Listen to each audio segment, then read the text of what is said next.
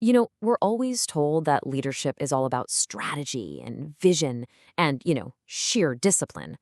But what if the most crucial leadership tool isn't in your head, but in your gut? Today, we're diving into a pretty radical idea that real, sustainable leadership actually starts with your digestion. So let's get right into it. You've heard it a million times, right? Hustle harder, optimize every second of your day, push past your limits. That's the modern leadership playbook. But what if that whole playbook is built on a giant myth? What if the biggest myth in leadership has absolutely nothing to do with your habits and everything to do with what's happening in your gut? I know it sounds a little out there, but our source material makes a compelling case that this is the hidden reason so many brilliant, driven leaders eventually just hit a wall. It's not a failure of will, it's a failure of the body's core operating system. And this idea, it could totally change how you think about performance. Okay, so let's get to the core of this problem. It's really a clash between two incredibly powerful forces: our culture's relentless drive for ambition and the simple, undeniable facts of our own biology. This slide just lays out the disconnect so perfectly. Look at the column on the left. These are the things we celebrate, right? They're badges of honor in our work culture. Powering through insanely long days, skipping lunch to hit a deadline, just running on pure stress. We call that ambition. But then look at the right. This is what our biology calls it: digestive overload, a system in total distress, a body that's been thrown into survival mode. We are literally celebrating the process of breaking ourselves down. And that brings us to the central argument here, and it's a really powerful one. When digestion weakens, decision-making weakens. When digestion collapses, leadership collapses. See, this isn't just about having an off day. It's about a slow, silent erosion of the very foundation of your ability to lead. So how exactly does a troubled gut lead to a collapse in leadership? How does that connection even work? Well, let's dig into the biology. This next part explores that direct, hardwired connection between your gut, your brain, and your ability to be at your best. This table just lays it all out. Look at these essential leadership qualities on the left. We talk about them like they're these abstract psychological things, but they're not. That clear thinking you're aiming for, that's a direct result of your gut successfully absorbing nutrients to power your brain. Emotional stability, that's not just willpower. It's about the quality of the signals your gut is sending to your brain, moment to moment. These aren't just soft skills, they are biological outcomes. And this slide right here shows the critical switch that gets flipped.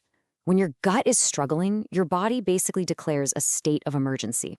Your brain is starved of resources, it's flooded with stress hormones. All of a sudden, you're not the architect designing the future anymore. You're just the firefighter running from room to room, putting out flames. You've been knocked out of strategic mode and thrown into pure survival mode. Now, this is where it gets really counterintuitive, especially for all you high achievers out there. What if the very thing that made you so successful, your incredible discipline, your drive, is also your greatest weakness? Let's explore this paradox. So here's the million-dollar question. Why do we see so many incredibly disciplined, successful people, the ones who never ever seem to drop the ball, suddenly and spectacularly burn out? It's because their superpower is ignoring their own bodies. They are masters at silencing those hunger cues with another coffee or a quick protein bar at their desk. They treat fatigue like a personal failing to be sold with more caffeine. That nagging digestive discomfort, oh, that's just a distraction to be pushed through. They have literally trained themselves to use willpower to override every single signal their body is sending, screaming for a break. To explain this, the source brings in a concept from the ancient Indian tradition of Ayurveda. It's called Agni. The easiest way to think of it is as your inner fire, your metabolic engine. But here's the crucial part. Agni doesn't just digest food. It's also responsible for digesting everything else life throws at you: information, stress, pressure, experiences. And when you overload that system, you smother the fire. You just can't process anything anymore, and you're left feeling completely drained. So, how do you know if your internal fire is burning out? Let's talk about the warning signs. These are the subtle or not so subtle signals your body sends that most of us have been taught to just ignore as the price of success. I mean, let's be honest. Does this sound like your typical workday? That 3 p.m. brain fog that just crushes your productivity? needing another coffee just to get through a meeting, tossing and turning at night even though you feel bone tired. Or maybe you've noticed your creativity is just gone and you're way more impatient with people. We've all been told this is just the cost of doing business. But this right here is probably the single most important takeaway from our source. These are not personality flaws. They are digestive warning signs. Just let that sink in for a second. Your brain fog isn't you being lazy. Your impatience isn't a character defect. They are biological signals coming from a system that is in distress. Okay, so if the old model of leadership, that whole just push through it mindset, is fundamentally broken, then what's the alternative? It's time for a new playbook, a new model for leadership, one that's actually built to last, because it starts from the inside out. This slide maps out the whole shift in thinking we need to make. Step 1, we start with the old model. It's all about external discipline, right? Piling on more habits, more routines. But step 2 reveals the fatal flaw. Discipline without physical capacity isn't discipline. It's just self-punishment. And that brings us to the new model. Step 3, sustainable leadership requires building your internal capacity first. And step 4, the source of that capacity, the absolute foundation of it all, is your gut. And this is really what's at stake. Think about it. Organizations don't fail because their leaders run out of ambition.